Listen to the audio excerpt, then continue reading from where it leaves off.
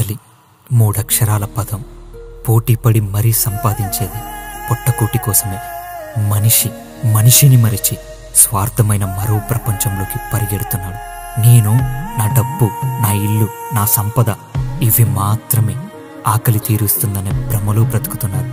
కానీ మనం చూసి చూడని, మనం పట్టించుకొని మనకెందుకులే అని అనుకునే ఈ ప్రపంచంలో రైల్వే స్టేషన్స్లో, బస్టాండ్స్లలో, చెత్త కుప్పల్లో ఎంతోమంది అనాథలుగా ఆకలిని తట్టుకోలేక ప్రాణాలు విడుస్తున్నారు. వీళ్ళకి వెళ్ళే దారి తెలీదు, గమ్యం తెలీదు, ప్రయాణం మాత్రమే. ఆకలి అవసరం వల్ల దొంగలుగా మారడానికి స్వార్థమైన మనమే కారణం. వీరి ప్రయాణం చూసే ప్రతి నైట్